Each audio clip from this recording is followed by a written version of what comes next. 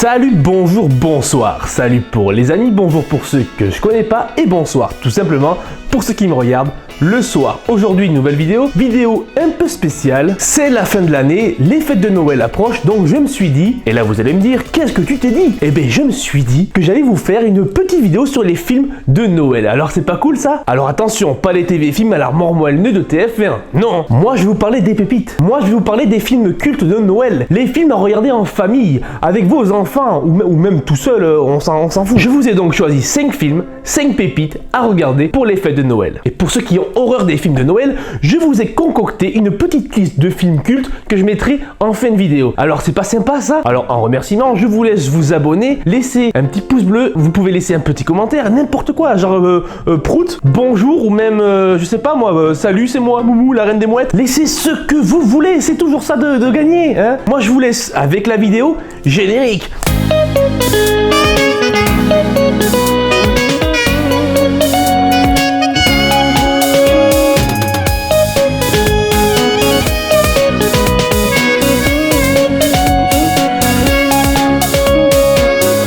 Commençons avec un film culte qu'on a tous regardé étant petit, Maman, j'ai raté l'avion. Film sorti en 1990, réalisé par Chris Columbus, avec un rôle principal, Joe Pesci, Daniel Stern, Macaulay, bon, disons Kevin. Très bon choix de prénom d'ailleurs, et oui, je m'appelle Kevin, et non, je ne faisais pas de wheeling à la récré avec ma moto.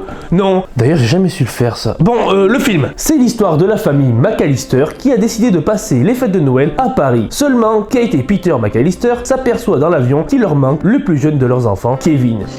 D'abord désespéré, il reprend vite les choses en main et s'organise pour vivre le mieux possible. Mais il ne sait pas que 2 cambrioleurs ont prévu de cambrioler la maison le soir du réveillon de Noël. Il finit par prendre conscience du cambriolage et s'emploie à déjouer les plans des 2 individus. Bon, je vais pas tout vous raconter non plus, mais ça reste un très bon film pour les enfants et même les adultes. D'ailleurs, je viens de le re-regarder pour faire cette vidéo et j'ai passé plutôt un bon moment. Pour les plus gourmands, vous pouvez faire un marathon et regarder toute la saga. Bon, après il y en a qui sont pas terribles, hein, genre le 4e, vous pouvez l'éviter, c'est ni fait ni à faire. Alors le 5e, je ne l'ai pas vu, mais rien qu'à voir l'affiche, laissez tomber, encore un triomphe des dernières productions Disney. On va pas se lancer sur ce débat. Désolé, je parle du nez, j'ai chopé la mort, j'ai chopé la crève.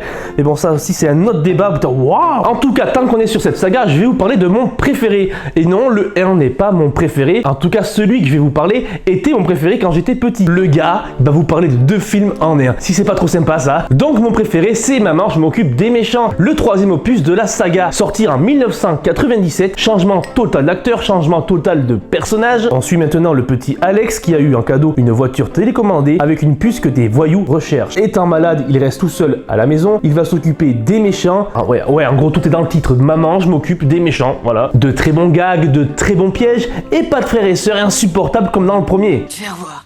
C'est ce que m'a dit Megan déjà. Qu'est-ce que je lui ai dit?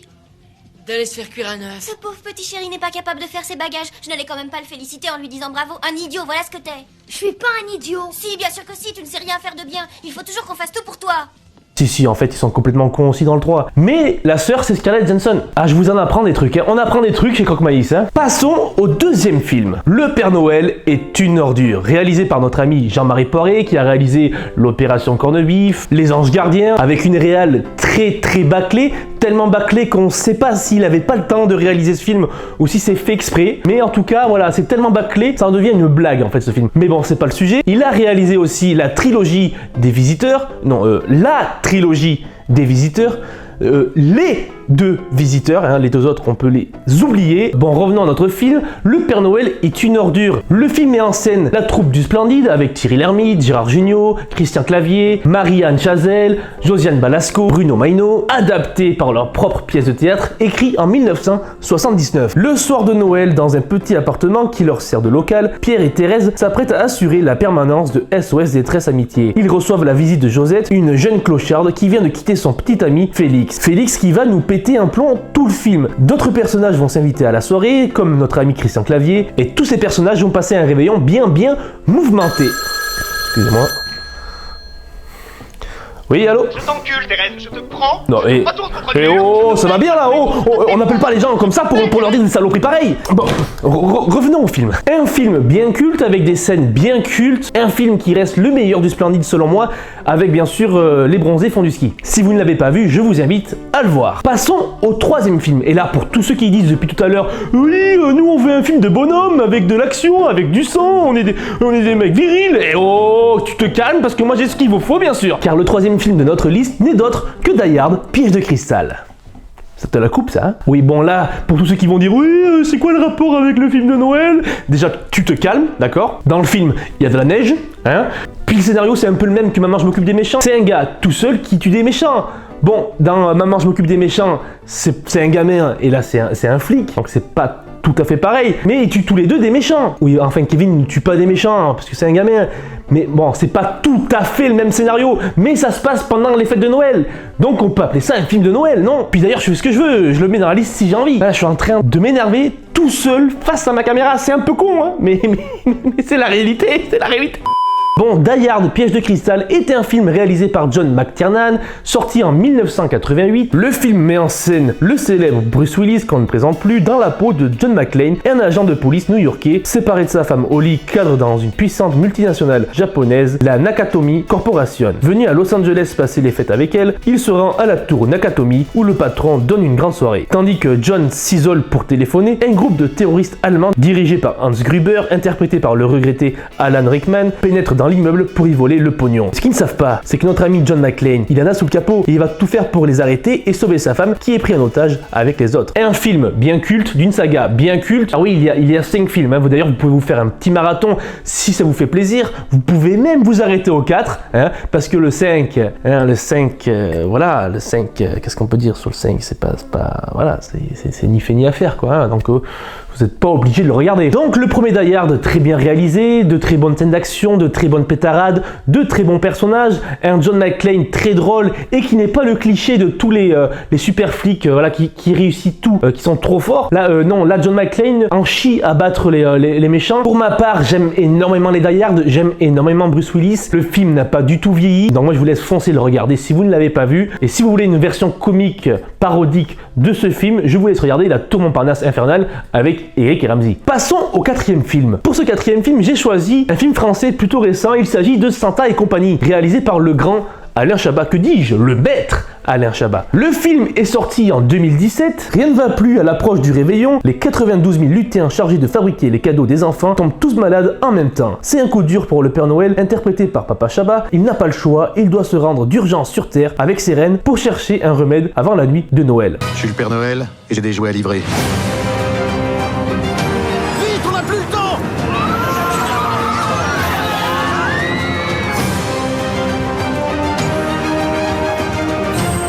Ça me fait réaliser que tout n'arrive pas magiquement, comme ça. Qu'il faut se battre aussi pour les gens qu'on aime. C'était le discours de Miss France l'année dernière, mot pour mot.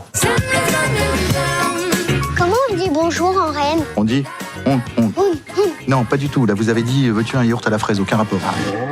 Oui, du coup, il en veut bien. Alors, c'est pas le meilleur de Chabat, d'accord? C'est pas au niveau de Mission Cléopâtre ni d'un Didier. C'est un peu plus pour les enfants, un peu moins déjanté, mais ça reste du Chabat. Puis il y a Pio Marmaille, il y a le Palmacho, bien sûr, qui ont des scènes très drôles dans le film. Non. Klaus. Prénom. Santa. On va faire un test d'alcoolémie de stupéfiant. Et ça va aider pour mes lutins? Ok, on va faire stupéfiant direct. Voilà. Ouais. De jolis effets spéciaux, une bonne musique, des caméos, un film à regarder avec vos enfants, ou même tout seul. Regardez, moi je l'ai regardé tout seul pour faire la vidéo hier, et puis j'ai passé un très bon moment. Passons au cinquième et dernier film de notre liste des films de Noël. Il y a beaucoup le mot film dans mes phrases. Donc le film qui va suivre est mon film de Noël préféré que je regarde chaque année à la période de Noël, bien sûr. Hein. Mesdames, mesdemoiselles, messieurs, La course aux jouets. Un film réalisé par Brian Levent, sorti à la meilleure année de tous les temps, 1996. Et je dis pas ça parce que je suis né en 96, évidemment. Le film met en scène dans son rôle principal notre Terminator préféré, Tonton Schwarzy, Arnold Schwarzenegger, qui joue le rôle de Howard Langson, qui est si débordé qu'il en a oublié la promesse solennelle faite à son fils, Jamie, alias Anakin, de lui acheter pour Noël le jouet prisé par tous les jeunes américains, Turboman, un super-héros populaire de la télévision qui a la spécialité d'avoir un turbo. Hein, ouais, tout est dit dans son nom en fait, Turboman. Il faut que je travaille en fait mes phrases. Honteux d'avoir oublié de l'acheter, il cache la vérité à sa femme et entame une quête aussi folle que désespérée pour un jouet devenu introuvable et le sort ne va cesser de s'acharner sur lui. Ce film est une véritable pépite, un véritable bijou. Schwarzy est très bon pour la comédie, des scènes complètement déjantées, de l'action, des cascades, des super-héros, le Big Show en Père Noël, même James West. Enfin, Robert Conrad, pour ceux qui connaissent. Ce film est vraiment culte. Alors oui, je sais, j'ai dit ça à tous les films que je vous ai cités. Mais en même temps, c'est la vérité. Et puis sinon, il serait pas dans cette liste. Donc moi, si vous avez vraiment pas vu La course aux jouets, je vous invite à le regarder. Mais genre, de suite, là, vous foncez.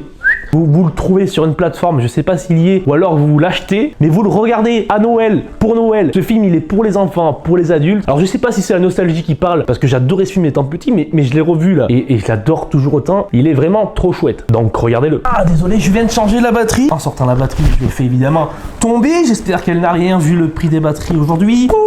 Un super tournage, mais je m'éclate. C'est ça de tourner tout seul, tu vois. Des fois quand je tourne avec des caméramans et tout va bien. Là je suis tout seul. C'est une vidéo que j'ai décidé de faire tout seul parce que je suis grand, c'est un grand bonhomme, je la fais tout seul, mais il n'y a que des problèmes. C'est toujours comme ça. Et maintenant, passons à la liste des films à regarder à Noël, mais qui ne sont pas des films de Noël. Et oui, il y en a pour tous les goûts sur la chaîne de Croque Maïs. Oui, un peu d'autopromo, ça fait pas de mal, hein, excusez-moi. Donc, je vous ai concocté une liste de 10 films, 2 fois ça, du coup, parce que je peux pas le faire avec cette merde. 10 films que j'aime évidemment énormément et que je regarde souvent en fin d'année. Premier film, La Grande Vadrouille. Un bon de finesse, ça fait toujours pas de mal. Vous pouvez le regarder en fin d'année, en début d'année, en milieu d'année. Ça n'a pas de prix et ça ne vieillit pas. De finesse, toujours là. Deuxième film, La Soupe aux choux, un bon de finesse. Troisième film, Le Corneau, un bon de finesse. Oui, bon, vous inquiétez pas, je vais pas que vous mettre des de finesse, mais c'est vrai que de finesse, moi je regarde ça tout le long de l'année. Ça, c'est vrai que c'est des films que vous pouvez regarder souvent en fin d'année, qui sont souvent diffusés d'ailleurs en fin d'année, mais moi je les regarde souvent toute l'année. D'ailleurs, De Finesse c'est ma marque de fabrique, De Finesse c'est mon acteur fétiche, il y a des De Finesse partout derrière. Bon, je vous en ai mis que 3 dans la liste, voilà, si vous voulez bien rigoler, si vous ne connaissez pas Louis de Finesse, parce qu'il y en a quand même qui ne connaissent pas Louis de Finesse, malheureusement. Regardez ça de suite, sinon le malheur va vous abattre sur vous. Ah, c'est malheureux à dire, mais c'est comme ça. Regardez Louis de Finesse. Quatrième film, Rocky. Alors je vous ai mis Rocky, pourquoi? Parce que si vous êtes bien enrhumé comme moi, si vous avez chopé la mort, chopé la crève, vous regardez un bon Rocky avec une tisane, et je peux vous dire que ça va vous remonter le moral. Vous allez sortir de chez vous, repartir à la salle bien motivé. Ouais, en plus dans Rocky il y a de la neige, donc ça peut faire un peu film de Noël, tu vois. Cinquième film, Mulan. Mulan qui est mon Disney préféré, un petit dessin animé en fin d'année, ça fait toujours plaisir. Sixième film, La Concurrence, Shrek, hein, parce qu'on va pas mettre un film Disney et pas un film DreamWorks. On va faire plaisir à tout le monde. De toute façon, Shrek c'est génial. C'est génial, vous pouvez le regarder. Il y a même 4 films. Hein. Bon, il y en a pas, ils sont pas tous top, mais le 1 et le 2 restent vraiment formidables à regarder et ça a pas du tout vieilli. Shrek, c'est vraiment génial. Septième film, qui est mon chiffre préféré, Back to the Future, Retour vers le futur, évidemment, la trilogie. Les 3 films sont excellents, hein, pour une fois qu'il y a une trilogie où les 3 films sont excellents. C'est vrai que Retour vers le futur est une de mes trilogies préférées. Je pourrais me le regarder je ne sais pas combien de fois, d'ailleurs je les ai regardés je sais pas combien de fois. J'ai coffret Blu-ray 4K, coffret DVD, j'ai tout de Retour vers le futur. J'ai même la voiture Playmobil. Et oui, quand je vous dis que j'ai tout de Retour vers le futur, j'ai tout. 8e film, Harry Potter. Bon, c'est un peu un pull de Noël dégueulasse, mais bon, ça reste Harry Potter, il est sympa, non? Puis ça m'a coûté 40 € quoi. Bon, Harry Potter, bon là par contre, si vous voulez vous faire un petit marathon, commencez dès maintenant, ou commencez avant cette vidéo. Voilà, avant cette vidéo, vous regardez 2-3 Harry Potter, parce qu'il y en a 8. Hein. Si on commence à parler de tous les films d'Harry Potter, on est là jusqu'à demain, c'est une autre vidéo là, tu vois. Mais en tout cas, regardez Harry Potter si vous l'avez jamais vu. Puis Harry Potter, il y a de la magie, il y a de la neige aussi, il y a des cadeaux, il y a des sapins, ça peut faire un peu film de Noël, tu vois. Qu'est-ce que je raconte? Je dis n'importe quoi. Bon, passons au 9e film. Star Wars, une saga que j'aime énormément, que je me regarde souvent en fin d'année et que vous aussi d'ailleurs vous pouvez regarder en fin d'année comme ça. Attention à Star Wars, hein, que les choses soient claires. Si vous voulez vous faire un petit marathon de Star Wars, vous regardez le 1, vous regardez le 2, vous regardez le 3. Si vous voulez, vous regardez les Clone Wars. Bon là ça vous fait beaucoup de trucs à regarder. Après il y a Rogue One que j'aime énormément. Vous pouvez mettre Solo parce que Solo il est pas nul, mais il est comme ça. Le 4, le 5, le 6, et c'est tout, d'accord? Le 7, le 8, le 9, hein, les grosses daubes là, vous ne les regardez pas. Bon, les séries, je vous avoue que j'ai laissé tomber. Alors attention, j'aime énormément Mandalorian, j'ai beaucoup aimé la première saison, j'ai adoré la deuxième saison, j'ai laissé tomber la troisième que je n'ai pas aimé du tout, et le reste, Boba Fett et tout ça, c'est pas mon délire. Vraiment, cette année, j'ai fait une overdose de Star Wars. Donc regardez la trilogie originale, la prélogie, Rogue One, le reste, vous n'êtes pas obligé quoi. Bon, passons au 10e film de cette liste, ma saga préférée, Le Seigneur des Anneaux. Une saga que je me fais tout le temps en fin d'année, je sais pas pourquoi d'ailleurs, c'est devenu une tradition. Moi je commence par les petits Hobbits, je me fais mes petits Seigneurs des Anneaux, et attention, en version longue, j'y tiens. Pour ceux qui n'ont jamais vu Le Seigneur des Anneaux, allez-y de suite, moi je suis un énorme fan, j'ai tout Le Seigneur des Anneaux, j'ai même les épées d'Aragorn, les figurines pop aussi que vous ne voyez peut-être pas. Le Seigneur des Anneaux, c'est comme ça. Donc voilà pour ma petite liste, je vous ai mis de tout, de la comédie, des dessins animés, des films d'action, des films d'heroic fantasy, de la magie, des vaisseaux spatiaux, et puis il y a vraiment de quoi, puis avec tous les films des sagas, ça vous fait un paquet de trucs à regarder si vous n'aimez pas les films de Noël, bien sûr. J'espère que la vidéo vous a plu. Moi, je vous dis à la prochaine pour une autre vidéo. Normalement, une dernière avant la fin de l'année, si tout va bien. Passez de bonnes fêtes de Noël. N'oubliez pas de vous abonner, mettre la petite cloche, un petit pouce bleu, un petit commentaire. Et ça serait adorable comme cadeau de Noël. Moi, je vous dis bisous et à 10 chats.